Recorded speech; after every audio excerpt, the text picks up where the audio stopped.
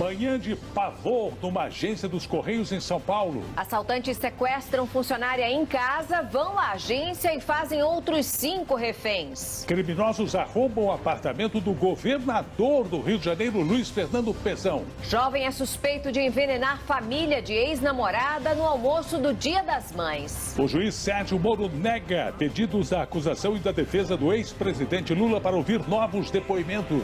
Um pedido espiritual do presidente Michel Temer aos brasileiros. Quando você tem correntes de energia favoráveis, você melhora o país. A Rússia acusa os Estados Unidos de criarem tecnologia usada no maior ataque cibernético da história. As principais agências de investigação do planeta tentam descobrir agora quem está por trás desse ataque. Em Nova York, Cinderela cai no samba em homenagem ao centenário do ritmo brasileiro. O chefe da polícia, pelo telefone, manda me avisar. É sim.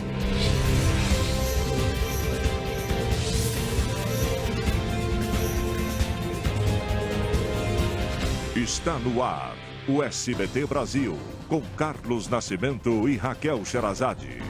Boa noite. Boa noite. A polícia de São Paulo montou uma grande operação para cumprir 31 mandados de prisão nesta segunda-feira. Mas apenas 2 pessoas foram presas, suspeitas de pertencer à maior organização criminosa do estado. Um homem manteve 6 funcionários dos Correios reféns na manhã de hoje em São Paulo. Antes do sequestro, o criminoso havia rendido a tesoureira da agência na porta de casa. Isso porque era ela quem tinha as chaves do cofre. Somente este ano o local já foi assaltado 6 vezes. A polícia informou hoje que o apartamento do governador do estado do Rio de Janeiro, Luiz Fernando Pezão, foi assaltado na semana passada. 2 suspeitos foram presos e outros 2 estão foragidos. O neto de Zagallo, ex-técnico da seleção brasileira, foi baleado próximo ao estádio do Maracanã, está internado no Rio de Janeiro. Ele foi vítima de um dos crimes mais comuns naquela região, o de roubo de veículos. Alunas da Universidade Federal Rural do Rio de Janeiro fizeram um protesto hoje por mais segurança no campus. 2 jovens foram estupradas na semana passada e este ano já são 7 casos registrados. A Polícia Militar afirmou que a segurança no campus da universidade é atribuição da Polícia Federal, mas que mesmo assim faz rondas na universidade. Já a Polícia Federal informou que a segurança é de responsabilidade dos órgãos do Estado.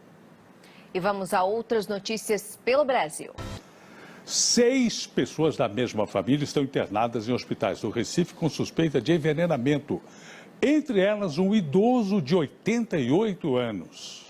O tráfico de drogas na região da Cracolândia tem afastado consumidores e afetado também o comércio no centro de São Paulo. Quem mora no local tem medo e diz que a cada dia os tumultos são mais violentos. O presidente russo Vladimir Putin acusou os Estados Unidos de criarem o vírus do ciberataque mundial que começou na última sexta-feira. 150 países já foram atingidos, deixando mais de 220 mil vítimas. 2 pessoas morreram depois que um avião bimotor caiu numa área industrial quando se preparava para pousar em um aeroporto na cidade americana de Nova Jersey. A Rússia condenou hoje o teste com o míssil balístico realizado pela Coreia do Norte, mas defendeu o diálogo com o país. O juiz Sérgio Moro deve decidir no próximo mês se condena ou absolve o ex-presidente Lula no caso do triplex do Guarujá. Hoje foram negados os pedidos do Ministério Público e da defesa do ex-presidente para ouvir novas testemunhas. Você vai ver a seguir.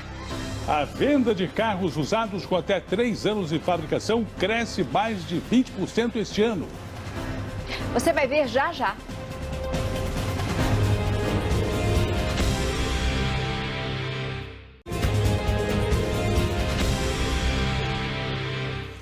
O presidente Michel Temer deu hoje uma entrevista em que falou sobre reforma da Previdência, reeleição e também imposto de renda. O presidente pediu que os brasileiros façam uma corrente de energias favoráveis para melhorar o país.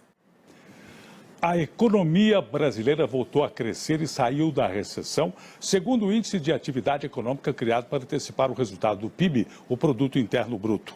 O IBC-BR, como é chamado, registrou o crescimento de 1,12% de janeiro a março, comparando-se com o trimestre anterior.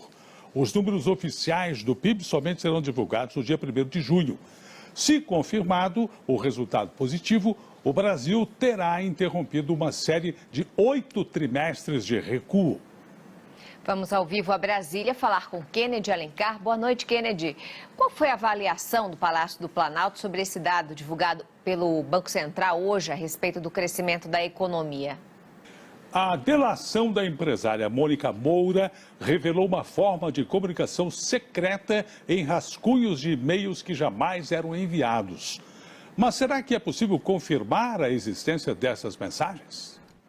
A ex-presidente Dilma Rousseff chamou as declarações dos maqueteiros de falsas e fantasiosas. Dizem que a acusação do uso de um e-mail secreto é patética e que nunca informou os delatores sobre o andamento da Operação Lava Jato. O ministro Herman Benjamin, do Tribunal Superior Eleitoral, liberou hoje para julgamento a ação que pode cassar a chapa Dilma Temer. Agora cabe ao presidente do TSE, o ministro Gilmar Mendes, marcar a data do julgamento. A ação foi movida pelo PSDB, que acusa a chapa de abuso político e econômico, além de ser financiada por recursos desviados da Petrobras. O governador de São Paulo, Geraldo Alckmin, participou hoje nos Estados Unidos de um encontro para comemorar os 15 anos do lançamento das ações da Sabesp na Bolsa de Nova York. Veja a seguir, patrões e empregados poderão negociar pausa para o almoço de meia hora com a reforma trabalhista. A música de um porto-riquenho vira mania mundial e o clipe já tem mais de 1,5 bilhão de visualizações. A gente volta já já.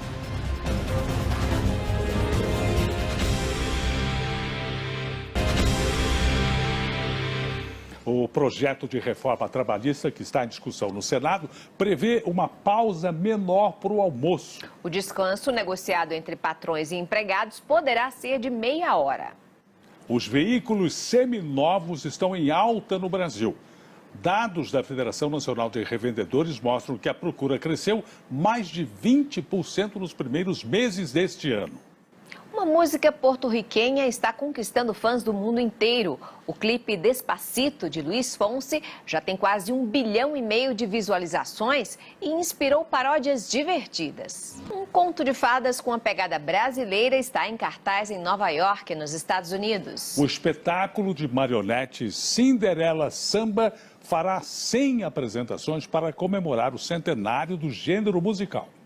Fiquem agora com mais um capítulo inédito de Carinha de Anjo e uma boa noite. Boa noite, Brasil. Tchau.